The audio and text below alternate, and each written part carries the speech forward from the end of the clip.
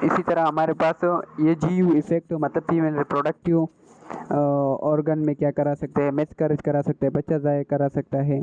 इसी तरह excessive uterine krumping मतलब हमारे पास यूट्रिन में जो हो गया हमारे पास क्या हो गए, मसल टाइट हो जाएगी जिसकी वजह से बार बार मरीज पे दर्द आता जाता होगा, ब्लीडिंग करा सकता है, हाइपरमेनोरिया करा सकता है। हमारे पास बहुत ज़्यादा क्या हो सकता है, बहुत ज़्यादा क्या कर सकते हैं, बहुत ज़्यादा हमारे पास क्या हो सकती है, मेंस्ट्रुएशन हो सकती है, बहुत ज़्यादा ब्लीडिंग हो सकती है, ठीक है ना।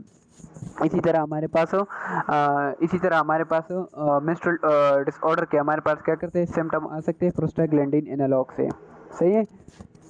फिर हमारे पास आता है prostaglandin analog nursing concentration administered to the patient at risk for non steroid anti inflammatory drug induced ulcer during the full course of non steroid therapy. हम क्या करेंगे, नॉन प्रोस्टाग्लैंडिन एनालॉग हम उस पेशेंट को देंगे जिसको क्या हो, और अगर एक बंदा है वो ज़्यादा वक्त के लिए क्या ले रहा हो, non steroid anti inflammatory drug. Non steroid anti inflammatory drug की वजह से क्या होता है, जख्म होता है, तो जख्म से बचने के लिए हम क्या करेंगे, प्रोस्टाग्लैंडिन एनालॉग देंगे।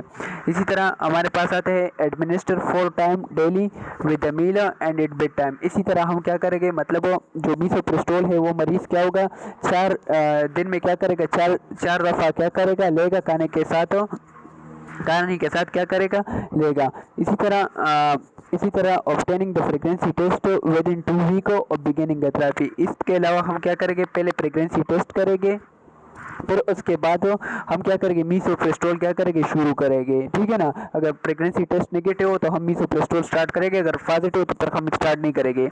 फिर हमारे पास आता है beginning the therapy on the second and beginning the therapy on the second और third day of menstrual period to ensure that the woman is not pregnant. जब हमारे पास वुमन का, एक औरत है, उसका दूसरा दिन हो है इसका या तीसरा दिन हो है इसका, तो उस वक्त हम क्या कर सकते हैं, मतलब प्रोस्टाग्लैंडिन एनालॉग टेबलेट्स हम क्या कर सकते हैं, उसको दे सकते हैं, क्योंकि इस दौरान क्या हो सकता है, प्रेगनेंसी क्या होती है, नहीं होती, ठीक है। जब उसकी मतलब पीरियड्स चल रहे हो तो उस दौरान हम क्या कर सकते हैं,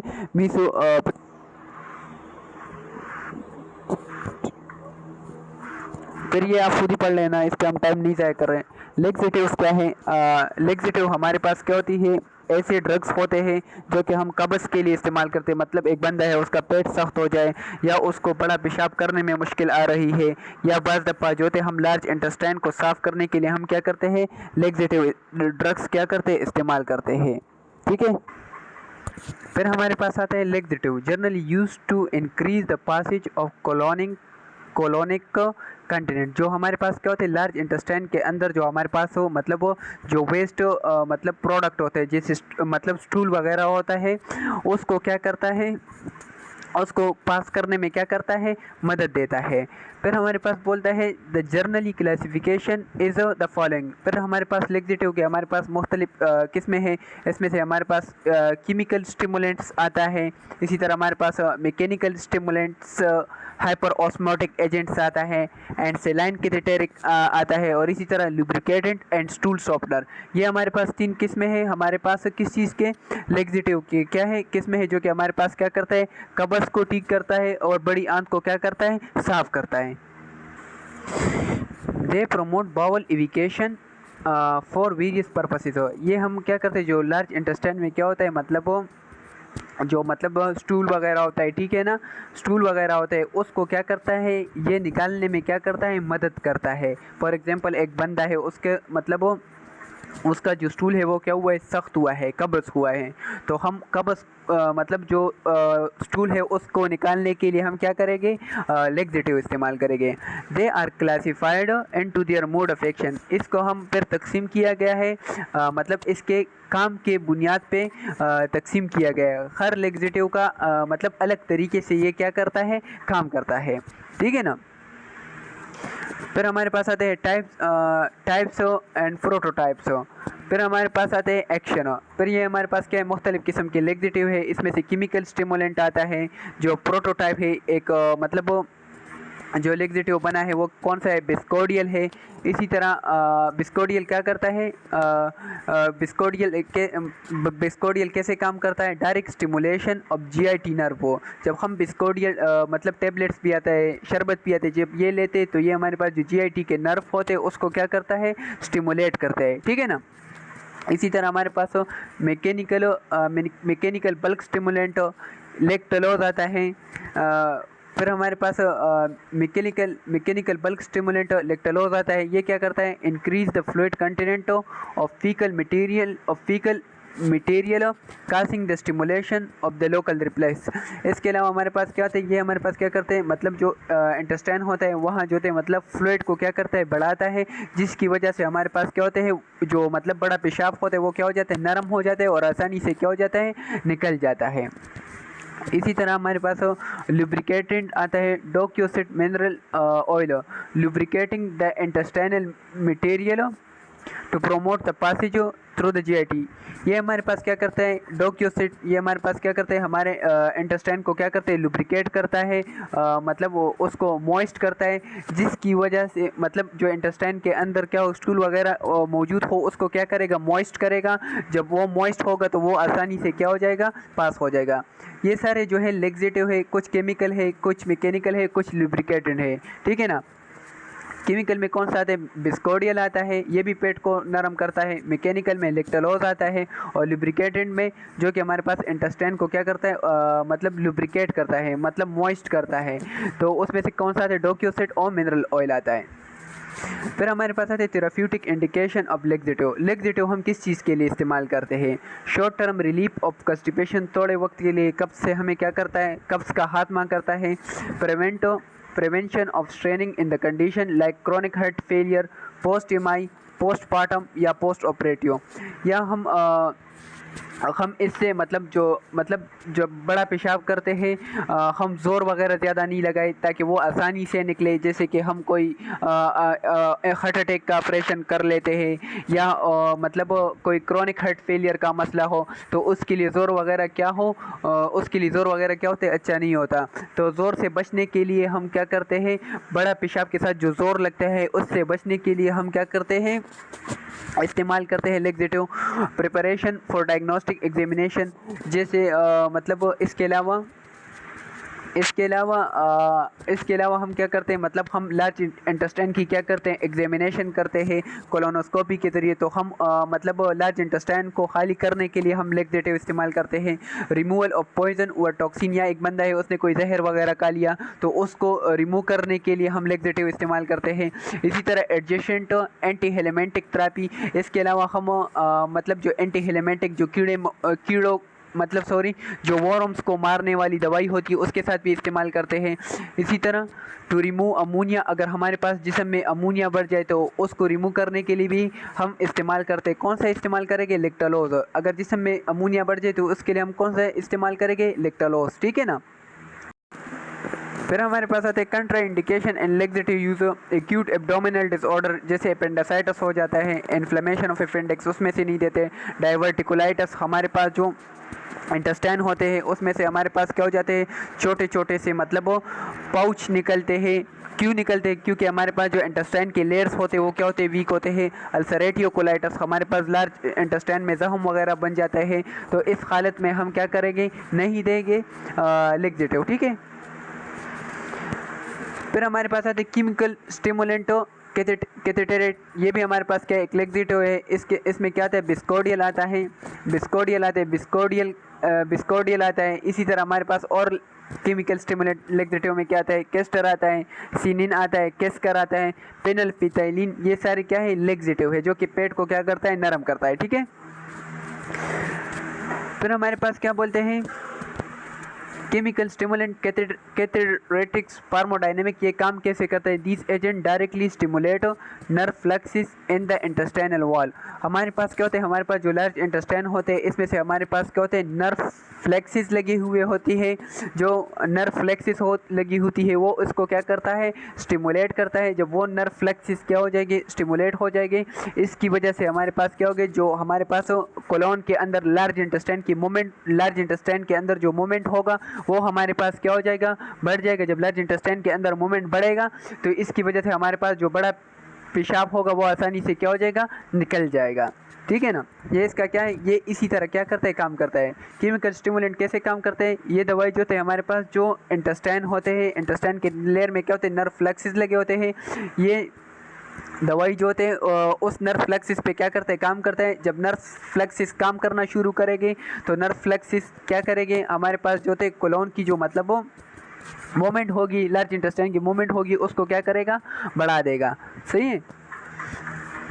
फिर हमारे पास आता है मैकेनिकल स्टिमुलेंट के थिएटर में कौन से आते हैं, लेक्टलोज आता है। ठीक है ना, लेक्टलोज आता है। इसी तरह बल्क फॉर्म लेक्सेटिव में कौन कौन से आते हैं, मैग्नीशियम हाइड्रोक्साइड आता है, सेलिन आता है, फिसिलेमाइन आता है। इसी तरह फूलिकार्बोपिल, ये सारी चीज़ें जो होते हैं ये हमारे पास क्या है, लेक्सेटिव है। ठीक है। फिर हमारे पास क्या बोलते हैं, फिर हमारे पास बोलते हैं pharmacodynamic, these agent are rapid acting laxative that increase the GI motility. ये मैकेनिकल स्टिमुलेंट कैथेटर क्या करते हैं, ये हमारे पास ऐसे लेक्सेटिव है जो कि हमारे पास क्या करते हैं, बहुत ज़्यादा जल्दी असर करता है, मतलब केमिकल लेक्सेटिव के निस्बत। इससे क्या होता है, हमारे पास जो मतलब जो जीआई में मतलब जो हमारे पास लार्ज इंटेस्टाइन में मतलब पेरिस्टाल्सिस होता है, वो हमारे पास क्या हो जाता है, बढ़ जाता है। जब वो बढ़ जाते हैं तो इसकी वजह से हमारे पास फ्लूइड जो होगा वो हमारे पास क्या हो जाएगा, बढ़ जाएगा। किस चीज़ में बढ़ जाएगा, हमारे पास जो स्टूल होते हैं उसमें से फ्लूइड क्या हो जाएगा, बढ़ जाएगा। इसी तरह ये मैकेनिकल स्टिमुलेंट हमारे पास क्या करता है, हमारे पास क्या करते हैं, स्टिमुलेट करते हैं। हमारे पास लोकल स्ट्रेच रिसेप्टर को क्या करते हैं, स्टिमुलेट करते हैं, जिसकी वजह से फिर क्या होगा, आसानी से क्या होगा, स्टूल क्या होगा, पास होगा। ठीक है ना। फिर हमारे पास लुब्रिकेटेंट जो हमारे पास लार्ज इंटेस्टाइन को क्या करता है, नरम करता है। डोक्यूसेट में कौन सा आता है, ग्लिसरीन आता है, मिनरल ऑयल आता है। फिर हमारे पास क्या करता है, फिर हमारे पास आता है फार्मोडायनेमिक, लुब्रिकेटेंट स्टूल सॉफ्टनर कैसे काम करता है। डोक्यूसेट increase the admixture fat and water producing softer stool. हाँ, फिर हमारे पास क्या करते हैं, डोक्यूसेट जब हम क्या करते हैं, लेते हैं तो इसकी वजह से हमारे पास लार्ज इंटेस्टाइन में क्या होता है, बहुत ज़्यादा क्या होता है, पानी क्या होता है, प्रोड्यूस होता है, जिसकी वजह से हमारा जो पहान है क्या होता है, स्टूल क्या होता है, सख्त होता है, वो क्या हो जाता है, नरम हो जाता है।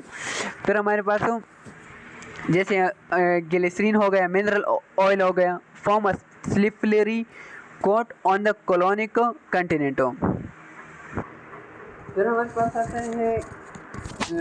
पास आता है ग्लिसरीन एंड मिनरल जो होता है, ये हमारे पास क्या करता है, ये हमारे पास क्या करता है, एक ऑयली क्या करता है, लेयर बनाता है। किसके अंदर, हमारे पास लार्ज इंटेस्टाइन के अंदर एक ऑयली लेयर बनाता है, जिसकी वजह से हमारे पास जो स्टूल होता है वो क्या हो जाएगा, नरम हो जाएगा और आसानी से क्या हो जाएगा, पास हो जाएगा। ठीक है। फिर हमारे पास आता है pharmacokinetic common side effect of laxative के क्या क्या मतलब साइड इफेक्ट हो सकते हैं। डायरिया हो सकता है, एब्डोमिनल क्रम्प हो सकते हैं, पेट में मरोड़ आ सकता है, नोजिया हो सकता है, फ्लूइड इलेक्ट्रोलाइट इम्बैलेंस हो सकता है, सिम्प्टोमेटिक रिएक्शन, स्वेटिंग हो सकता है, पसीने आ सकते हैं, पल्पिटेशन होगा। पल्पिटेशन क्या होता है, इसमें से इसको मतलब इंसान को दिल की धड़कन फील होगी। इसी तरह फ्लैशिंग होगा, रेडनेस आएगी और कभी कभार फेंटिंग, बेहोश भी हो सकता है। ठीक है ना। ये सारी चीज़ें क्या हो सकते हैं, हो सकते हैं। फिर हमारे पास क्या बोलते हैं, anti diarrhoeal, these are the agent use to calm irritation of the GIT for the symptomatic relief of diarrhoea. ये हम क्या करते हैं, हमारे पास वो दवा होती है जो कि हम क्या करते हैं, मोशन के लिए क्या करते हैं, इस्तेमाल करते हैं। फिर हमारे पास आते हैं जर्नल क्लासिफिकेशन, इसमें कौन कौन सा आता है, लोकल एंटी मोटिलिटी आता है, लोकल रिफ्लेक्स इनहिबिशन आता है, central action of on the central nervous system. ये हमारे पास क्या है, डायरिया के क्या है, टाइप्स है। ठीक है ना। डायरिया ड्रग्स के क्या है, टाइप्स है हमारे पास। फिर हमारे पास आते हैं टाइप्स एंटी डायरियल ड्रग्स के टाइप है जो कि हमारे पास क्या करते हैं, डायरिया को ख़त्म करते हैं। सबसे पहले आते हैं लोकल रिफ्लेक्स इनहिबिटर। ये हमारे पास वो दवाई होती है जो लार्ज इंटेस्टाइन की जो मूवमेंट होती है उसको क्या करती है, कब करती है। जब लार्ज इंटेस्टाइन की मूवमेंट क्या हो जाती है, जब लार्ज इंटेस्टाइन की मूवमेंट क्या हो जाती है, कम हो जाती है, तो इसकी वजह से मतलब जो पेशेंट को डायरिया वगैरह हो रहा होता है वो हमारे पास क्या हो जाएगा, कम हो जाएगा। ये इसका मेन कंसेप्ट है। इसको हम क्या कहते हैं, लोकल रिफ्लेक्सेस इनहिबिटर कहते हैं। प्रोटोटाइप जो पहली मिसाइल दिया गया था एंटी डायरियल में, इसको हम क्या कहते हैं, प्रोटोटाइप कहते हैं, ठीक है ना। लोकल रिफ्लेक्स इनहिबिटर का जो मतलब हमारे पास एग्जांपल दिया गया है ड्रग्स का, वो क्या है, बिस्मथ सबसिलिसाइलेट। ये हमारे पास क्या करता है, locally coat the lining of the GIT to soothe irritation. ये हमारे पास क्या करते हैं, ये हमारे पास जो मतलब जीआईटी मतलब जो लार्ज इंटेस्टाइन में हमारे पास क्या होते हैं, रिफ्लेक्सेस लगे होते हैं, उसके ऊपर ये क्या करता है, हमारे पास कोड बनाता है, जिसकी वजह से हमारे पास मतलब जो मूवमेंट हो रही होती है वो हमारे पास क्या हो जाती है, कम हो जाती है, और मरीज़ को क्या हो जाता है, आराम क्या हो जाता है, आ जाता है। फिर हमारे पास आता है लोकल एंटी मोटिलिटी। इसके बाद हमारे पास आते हैं लोकल एंटी मोटिलिटी, जो कि हमारे पास क्या करता है, मतलब वो मूवमेंट वगैरह को क्या करता है, रोकता है। जो लार्ज इंटेस्टाइन में मतलब पेरिस्टाइसिस जो मूवमेंट हो रहा होता है उसमें से उसको क्या करता है, रोकता है। इसमें से हमारे पास क्या आता है, लुमाप्रामाइड। ये हमारे पास क्या करता है, जो लार्ज इंटेस्टाइन में मूवमेंट वगैरह हो रहा होता है उसको क्या करता है, रोकता है। Directly inhibit the intestinal muscle actively to slowly peristalsis. Loperamide क्या करता है, लुमाप्रामाइड जो होते हैं, जो हमारे पास इंटेस्टाइनल मसल है, जो लार्ज इंटेस्टाइन में क्या होते हैं, मसल्स होते हैं, ठीक है ना। लार्ज इंटेस्टाइन में जो मसल होते हैं जो कि क्या करता है, मूवमेंट कराता है, ठीक है ना, मूवमेंट कराते हैं, स्टूल की मूवमेंट कराते हैं। उस मूवमेंट को ये क्या करता है, मतलब मतलब उस मूवमेंट को ये क्या करता है, स्लो करता है। कैसे स्लो करता है, लुमाप्रामाइड हम लेते हैं तो ये इंटेस्टाइन के जो मसल होते हैं उसको क्या करते हैं, इनहिबिट कराते हैं। जब वो इनहिबिट हो गए तो इसकी वजह से वो मूवमेंट जो होगा लार्ज इंटेस्टाइन में जो हो रहा होगा वो हमारे पास क्या हो जाएगा, कम हो जाएगा, ठीक है ना। इसी तरह हमारे पास आता है सेंट्रल एक्टिंग एजेंट, मतलब जो कि हमारे पास सेंट्रल एक्टिंग एजेंट ऐसी दवाई एंटी डायरियल जो कि हमारे पास सेंट्रल नर्वस सिस्टम पे असर करता है, जिसमें हमारे पास आता है ओपिनियम डेराइवेटिव, फिर गोरेक। ये हमारे पास है एक टेबलेट्स आते हैं एंटी डायरियल, जो कि हमारे पास क्या करता है, स्टॉप द जीआईटी स्पाज्म। मतलब जो हमारे पास क्या होता है, जो हमारे पास क्या होता है, इनवॉल्यूंटरी मसल क्या होता है, कंट्रैक्शन होता है, ठीक है ना, जिसकी वजह से मतलब हमारे पास इनवॉल्यूंटरी मसल कंट्रैक्शन होता है, तो इसकी वजह से हमारे पास लार्ज इंटेस्टाइन का जो मूवमेंट होता है वो क्या हो जाता है, बढ़ जाता है। तो इसकी वजह से इंसान को क्या होता है, इसकी वजह से हमारे पास फिर इंसान जो होता है वाटरी स्टूल क्या करता है, पास करता है। तो ये हमारे पास क्या करता है, जीआईटी स्पाज्म को क्या करता है, जो इनवॉल्यूंटरी मसल कंट्रैक्शन होता है, जिसकी वजह से पेरिस्टाइसिस मूवमेंट क्या होती है, ज़्यादा होती है, और फिर क्या होता है, मतलब वो वाटर स्टूल पास करते हैं तो वो उसको क्या करता है, बंद करता है। कहाँ पर ये काम करता है, सेंट्रल नर्वस सिस्टम पे क्या करता है, काम करता है, जिसकी वजह से जो लार्ज इंटेस्टाइन में मतलब स्पाज्म वगैरह हुआ होता है वो उसको क्या करता है, वो क्या हो जाता है, बंद हो जाता है, ठीक है। फिर हमारे पास आता है clinical indication of the drug use, relief the symptom of acute and chronic diarrhoea. ये हमारे पास क्या करता है, ये हमारे पास क्या करते हैं, मतलब जो बंदा है उसको थोड़े वक्त के लिए डायरिया हो या लंबे अरसे के लिए डायरिया हो, ये उसको क्या करता है, ख़त्म करता है, ठीक है ना। Reduction of faecal volume discharge from ileostomy. ये हमारे पास क्या होता है, इलियोस्टोमी हमने क्या किया होता है, मतलब वो इलियम में क्या किया होता है, एक क्या किया होता है, मतलब वो एक कट लगाया होता है, और इलियम से जो होते हैं मतलब जो स्टूल होते हैं वो हमारे पास क्या होता है, इलियम मतलब वो उसके साथ एक बैग लगा हुआ होता है, उस पर क्या होता है, स्टूल क्या होता है, जमा होता है, ठीक है ना। तो ये हमारे पास क्या करते हैं, जब डायरिया के ड्रग्स हम लेते हैं तो ये हमारे पास क्या करते हैं, मतलब जो मतलब जो स्टूल की मिकदार होती है उसको भी ये क्या करता है, कम करता है, ठीक है ना। स्टूल की मिकदार को क्या करता है, कम करता है, जिसकी वजह से हमारे पास क्या होता है, मतलब जो बैग होता है, जो इलियम के साथ जो बैग हमने अटैच किया होता है उसमें हमारे पास क्या होता है, कम स्टूल क्या होता है, आता है। इसी तरह prevention and treatment of traveller diarrhoea, इसी तरह हम मतलब बचाव के लिए और ट्रेवलर डायरिया से बचाव के लिए और ट्रेवलर डायरिया के इलाज के लिए हम क्या करते हैं, इस्तेमाल करते हैं। ट्रिवल डायरिया वो होता है, ट्रिवल डायरिया ये हमारे पास एक डायरिया का एक किस्म होता है। ये हमारे पास तब होता है जब हम सफ़र के दौरान कोई गंदी खुराक या हम क्या करते हैं, कोई गंदी खुराक या गंदा गंदा पानी पीता है सफ़र के दौरान, तो उसके बाद हमारे पास क्या होता है, ट्रिवलर डायरिया होता है। ठीक है ना। तो उसके इलाज के लिए भी हमारे पास क्या होता है, ये क्या होता है, इस्तेमाल होता है। ठीक है। फिर हमारे पास क्या बोलते हैं, contra indication of anti diarrhoeal use. हम किस दौरान एंटी डायरियल ड्रग्स इस्तेमाल नहीं करेंगे। फॉर एग्जाम्पल कोई बंदा जहर वगैरह पी ले उस दौरान नहीं कर सकते। ड्रग एलर्जी, किसी को एलर्जी वगैरह हो उस दवाई से, एंटी डायरियल से, तो हम इस्तेमाल नहीं करें। जीआई ऑब्स्ट्रक्शन हो, हमारे पास डाइजेस्टिव सिस्टम में कोई बंदिश हो, उसमें नहीं इस्तेमाल करेंगे। एक्यूट एब्डोमिनल कंडीशन, हमारे पास कोई एब्डोमिनल में थोड़े वक्त के लिए कोई मसला हो, तो उसके लिए हम क्या करेंगे, इस्तेमाल क्या करेंगे, नहीं करेंगे एंटी डायरियल ड्रग्स। ठीक है। पॉइजन में नहीं कर सकते, जहर में, ड्रग एलर्जी में, जीआई ऑब्स्ट्रक्शन लार्ज इंटेस्टाइन में या स्मॉल इंटेस्टाइन में, या और सुपरगस में कोई ब्लॉकेज वगैरह, उसमें हम क्या करेंगे, नहीं करेंगे। या एब्डोमिनल कंडीशन, मतलब वो कोई एब्डोमिनल में कोई थोड़े वक्त के लिए तकलीफ वगैरह हो, तो हम एंटी डायरियल ड्रग्स क्या करेंगे, यूज़ क्या करेंगे, बिल्कुल क्या करेंगे, नहीं करेंगे। कंट्रा इंडिकेशन का मानी यूज़ नहीं करना। फिर हमारे पास आते हैं फार्माकोकाइनेटिक्स। फार्माकोकाइनेटिक्स के साइड इफेक्ट क्या हो सकते हैं, मतलब साइड इफेक्ट इसका क्या हो सकता है, एंटी डायरियल ड्रग्स का कंस्टिपेशन, कफ हो सकता है, नोजिया हो सकता है, मछली आ सकती है, उल्टियाँ हो सकती है, एब्डोमिनल डिस्टेंशन, पेट फूल सकता है। इसके अलावा डिस्कम्फर्ट, मतलब उसको क्या हो सकता है, तकलीफ हो सकती है मरीज़ को। और इसी तरह हमारे पास टॉक्सिक मेगा कोलोन हो, इसके अलावा टॉक्सिक मेगा कोलोन हो सकते हैं। टॉक्सिक मेगा कोलोन में क्या होता है, हमारे पास जो लार्ज इंटेस्टाइन होते हैं वो हमारे पास बहुत ज़्यादा उसमें सूजन होती है, और वो क्या होता है, काम करना क्या करता है, छोड़ देता है। तो इन हालत तो ये साइड इफ़ेक्ट इसके क्या हो सकते हैं, हो सकते हैं। ठीक है ना। फिर हमारे पास आते हैं emetics and anti emetic drugs. ठीक है ना। एमेटिक्स क्या एमेटिक्स क्या होता है, एमेटिक्स ऐसी दवाई होती है जिसकी वजह से हम मरीज़ पे क्या करते हैं, उल्टियाँ क्या करते हैं, लगाते हैं। ठीक है ना। याद रखना, एमेटिक्स वो दवाई होती है जिसकी वजह से हम मरीज़ पे क्या करते हैं, उल्टियाँ क्या करते हैं, लगाते हैं, उसको हम क्या कहते हैं, एमेटिक्स कहते हैं। और एंटी एमेटिक्स क्या होता है स्टूडेंट, एंटी एमेटिक्स वो होता है जिससे हम उल्टियों को रोकते हैं, नोज़िया, ये सारी चीज़ों को क्या करते हैं, रोकते हैं, उसको हम क्या कहते हैं, एंटी एमेटिक्स। दोनों में फ़र्क है। एमेटिक का मानी उल्टियाँ लगाना, और एंटी एमेटिक्स का मानी उल्टियाँ रोकना, उल्टियों का इलाज करना, नोज़िया वगैरह। फिर हमारे पास आते हैं एमेटिक्स एंड एंटी एमेटिक्स।